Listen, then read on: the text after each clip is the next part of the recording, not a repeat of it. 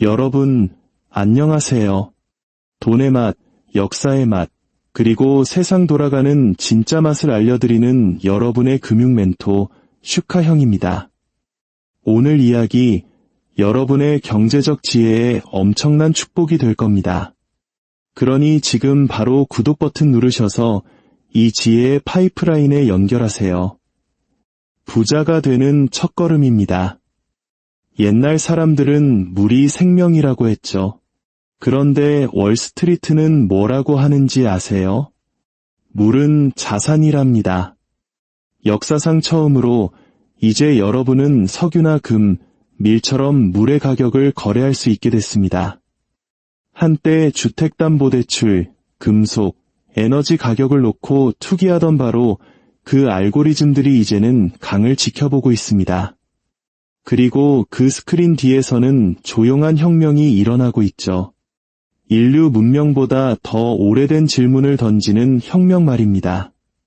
과연 누군가 타인의 목마름으로 이익을 취하는 것이 허용되어야 하는가? 여기는 돈과 권력, 그리고 역사가 충돌하는 금융역사관입니다.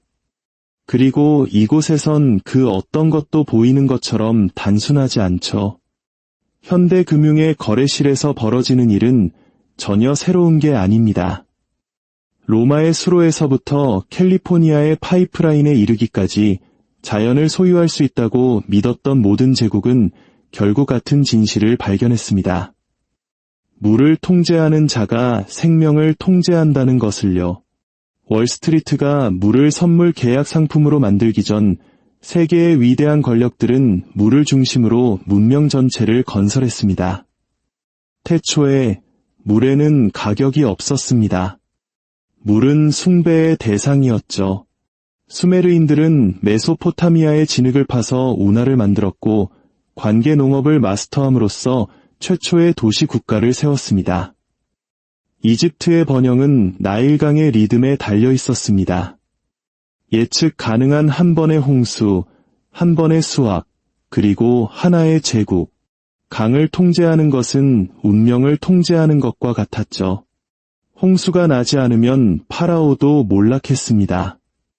물은 질서를 가능하게 했고 물이 부족해지면 혼돈이 뒤따랐습니다. 인류 최초의 성문법으로 알려진 함무라비 법전에는 운하를 훼손하거나 관계용수를 훔치는 것에 대한 처벌이 명시되어 있었습니다. 누군가에게서 물을 빼앗는 것은 사실상 전쟁 선포나 다름없었죠. 고대 로마에서 물은 인프라가 되었습니다. 조직화되고 화폐화된 시스템이었죠. 로마인들은 수백 킬로미터 떨어진 곳에서 도시로 맑은 물을 운반하는 수로를 건설하여 분수, 목욕탕, 궁전에 물을 공급했습니다. 그것은 풍요를 자랑하던 제국의 생명줄이었습니다. 하지만 거기서조차 불평등이 스며들었죠. 이거 완전 고대 로마판 금수저, 흙수저 아닙니까? 부자들은 개인 사유지로 물길을 돌렸고 가난한 사람들은 공공식수대에서 물이 찔끔찔끔 나오기만을 기다렸습니다. 로마의 수로는 서류상으로는 공공재였지만 실제로는 엘리트들에 의해 관리되었습니다. 제국이 확장되면서 물은 무기이자 사치품이 되었습니다. 로마 장군들은 적의 항복을 받아내기 위해 수로를 끊어버렸고 원로원 의원들은 개인 샘물이 마치 전리품처럼 솟아나는 별장을 지었습니다. 그리고 제국이 붕괴했을 때 수로도 함께 무너졌습니다. 그 어떤 제국도 자신을 먹여 살리는 근원보다 오래 갈 수 없다는 것을 상기시키는 돌덩이 기념물처럼 말이죠. 그 후 수세기 동안 물에 대한 통제권은 누가 살고 누가 통치하는지를 결정했습니다. 중세 유럽에서는 수도원이 강가에 방앗간을 지어 물을 경제력으로 전환했고 이슬람 세계에서는 카나트라는 독창적인 관계 시스템 덕분에 사막 한가운데서 도시 전체가 번성할 수 있었습니다. 중국에서는 왕조의 흥망성쇠가 홍수를 다스리는 능력에 달려 있었죠. 이 연결고리는 보편적이었습니다. 물을 마스터하는 자가 문명을 마스터한다. 그러다 산업혁명이 일어났습니다. 그리고 이와 함께 물의 상품화가 시작되었죠. 물은 최초의 기계, 방앗간, 증기기관의 동력을 공급했습니다. 물은 더 이상 신성한 존재가 아니라 유용한 존재가 되었습니다. 유럽과 미국의 강들은 산업의 혈관으로 변모했고 강을 통제하는 자가 경제를 통제하게 되었죠. 19세기에 도시가 성장하고 인구가 폭발하면서 물은 정치적 전쟁터가 되었습니다. 런던, 파리, 뉴욕은 각각 위생과 질병의 위기에 직면했습니다. 이를 해결하기 위해 정부와 민간 기업들은 거대한 새로운 수도망을 건설했습니다. 이 공공 유틸리티는 조용히 역사상 가장 수익성 높은 시스템 중 하나가 되었죠. 하지만 그때도 패턴은 반복되었습니다. 공공의 필요, 그리고 사적인 이익. 런던에서는 부유한 동네에만 물을 우선 공급하고 가난한 사람들은 오염된 우물물을 마시게 내버려 더던 여러 민간 수도 회사를 대체하기 위해 수도위원회가 설립되었습니다. 파리에서는 결국 민간 대기업들이 수도 공급을 장악했는데 이들이 바로 오늘날 세계적인 물기업인 베올리아와 수에즈의 전신입니다. 물은 선을 넘었습니다. 더 이상 공유 자원이 아니었습니다. 그것은 서비스가 되었고 서비스에는 이윤이 붙기 마련이죠. 20세기에 이르러 물은 현대 경제학의 조용한 기반이 되었습니다. 댐은 강을 전력으로 바꾸었고 파이프라인은 사막을 농지로 바꾸었습니다. 그리고 국가들은 수원을 소유하는 자가 곧 이웃 국가의 미래를 소유하게 된다는 사실을 깨닫기 시작했습니다. 미국 서부에서 그 깨달음은 법이 되었습니다. 로스앤젤레스 같은 도시는 물이 있는 곳이 아니라 물을 가져올 수 있는 곳에 건설되었죠. 1900년대 초 시의 수도국장이었던 윌리엄 머롤랜드가 주도한 악명 높은 오웬스 밸리물 강탈 사건은 로스앤젤레스의 저수지를 채우기 위해 농업 지역 전체의 물을 말려버렸습니다. 이 프로젝트는 합법적이었습니다. 하지만 그것은 진보로 위장한 절도 행위였죠. 20세기가 진행되면서 물의 지정학은 더욱 견고해졌습니다. 국가들은 댐을 건설하고 물길을 돌리고 관계를 명분으로 영토를 주장했습니다. 중동은 석유뿐만 아니라 대수층을 둘러싼 전쟁터가 되었습니다. 요르단강, 나일강, 티그리스 유프라테스강 시스템은 각각 종교와 정치의 경계가 누가 마시고 누가 마시지 못하는가라는 동일한 방정식으로 흐려지는 분쟁 지점이 되었습니다. 하지만 보이지 않는 곳에서 더 위험한 변화가 있었습니다. 1980년대와 90년대 세계은행과 IMF의 지침 아래 수십 개의 국가가 경제 개혁 패키지의 일환으로 수도 시스템을 민영화하라는 압력을 받았습니다. 논리는 교과서적인 신자유주의였습니다. 시장은 효율적이고 정부는 그렇지 않다는 것이죠. 기업들은 투자, 효율성, 현대적인 경영을 약속했습니다. 하지만 실제로는 수도 요금이 치솟고 물에 대한 접근성은 줄어들었습니다. 가장 악명 높은 사례는 1999년 볼리비아의 코차밤바에서 일어났습니다. 미국 거대 엔지니어링 기업인 벡텔이 이끄는 컨소시엄의 수자원 권리가 매각되었죠. 몇 달 만에 수도 요금은 3배로 뛰었습니다. 한 달에 $100, 우리 돈으로 약 13만 원도 못 버는 가정의 수도 요금 폭탄이 날아왔습니다. 심지어 하늘에서 내리는 빗물을 받아 쓰는 것조차 불법이 되었습니다. 왜냐고요? 그 빗물도 회사의 새로운 수도 사업권에 포함된다는 이유에서였죠. 이게 말이나 됩니까? 사람들은 봉기했고 정부는 무너졌으며 계약은 취소되었습니다. 하지만 메시지는 분명했습니다. 물은 공식적으로 글로벌 시장에 진입한 것입니다. 그 후 금융이 뒤따르는 것은 시간 문제일 뿐이었습니다. 왜냐하면 자본의 세계에는 간단한 규칙이 있기 때문입니다. 측정할 수 있는 모든 것은 거래될 수 있다. 그리고 지구가 마르기 시작했을 때 그 숫자들은 수익성 있어 보이기 시작했죠. 캘리포니아는 그 시험장이 되었습니다. 광대한 농업, 끊임없는 가뭄, 그리고 기후 변동성이 결합된 이주는 희소성 경제학을 위한 완벽한 실험실을 만들었습니다. 농부들은 이미 강과 대수층에서 특정 양의 물을 사용할 수 있는 법적 권리인 수리권을 사고팔고 있었습니다. 논리는 토지와 비슷했습니다. 소유할 수 있다면 임대할 수도 있다는 것이죠.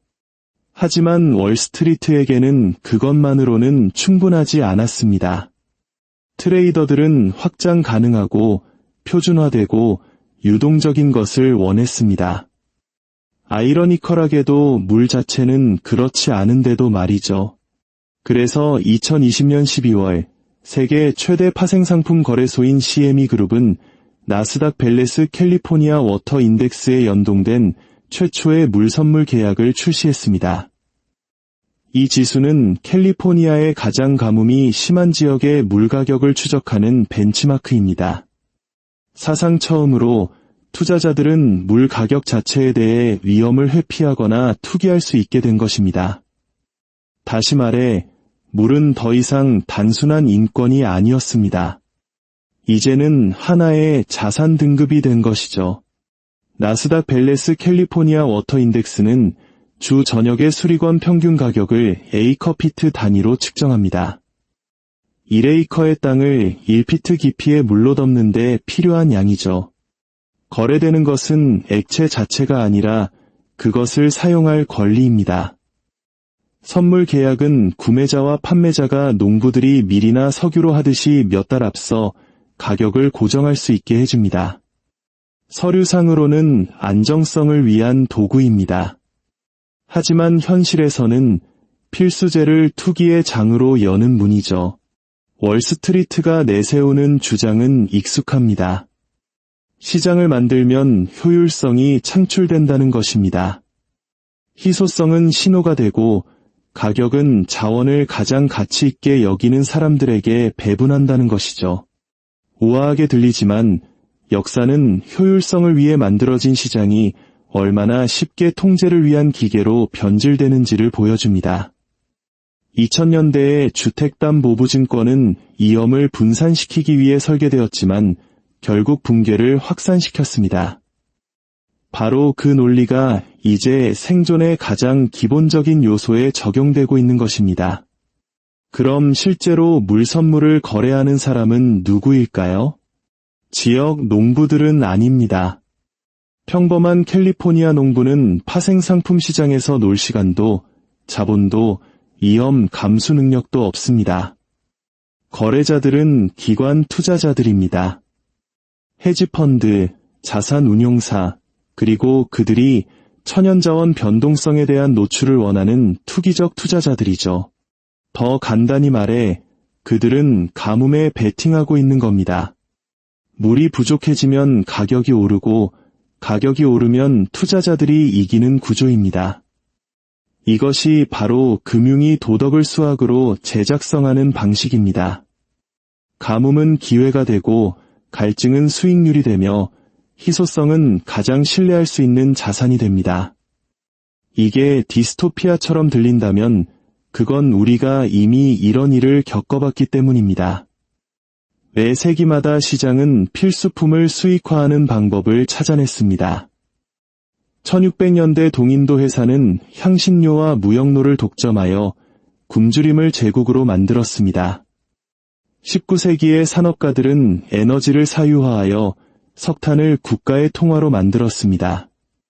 20세기에는 석유가 세계 권력의 기반이 되었고 모든 위기, 전쟁, 동맹이 그 가격을 중심으로 돌아갔습니다. 이제 21세기 다음 제국은 액체이며 투명하고 너무나 당연하게 여겨지는 것입니다. 새로운 석유는 바로 물입니다. 그리고 이번에는 날개 뒤에서 기다리는 대체 에너지가 없습니다. 석탄은 풍력으로, 가솔린은 배터리로 대체할 수 있습니다.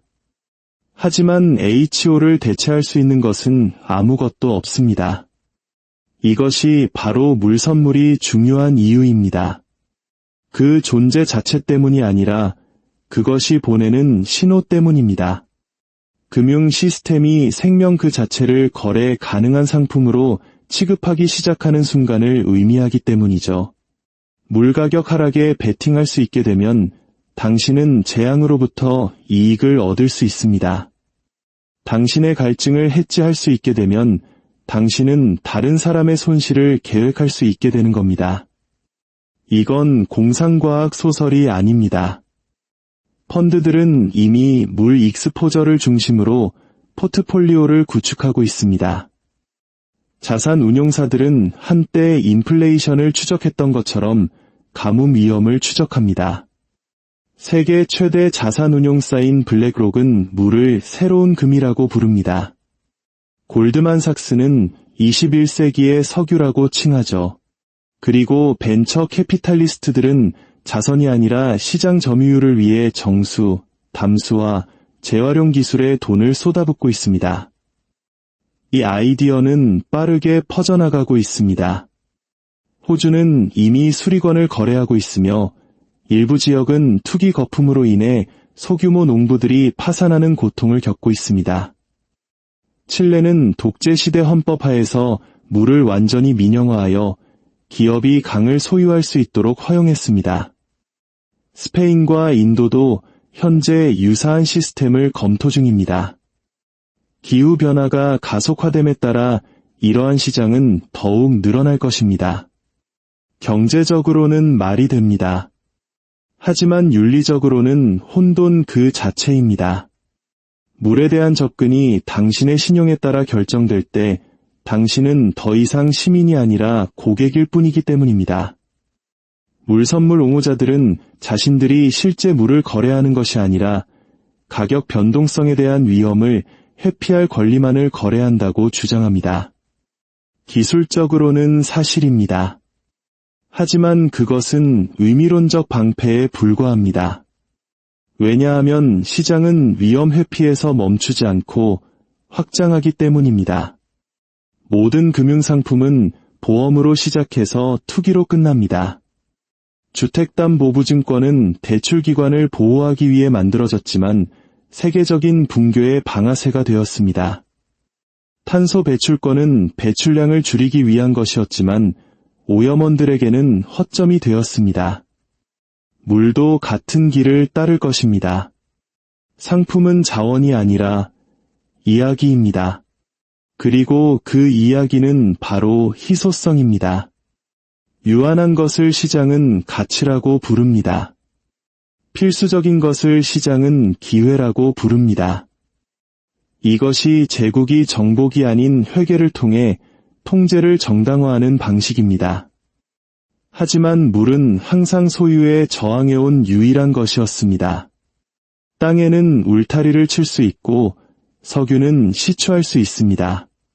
하지만 물은 강, 구름, 그리고 우리의 몸을 통해 움직입니다. 물은 모두의 것이며 바로 그 이유 때문에 권력은 항상 그것을 포획하려고 노력해왔습니다.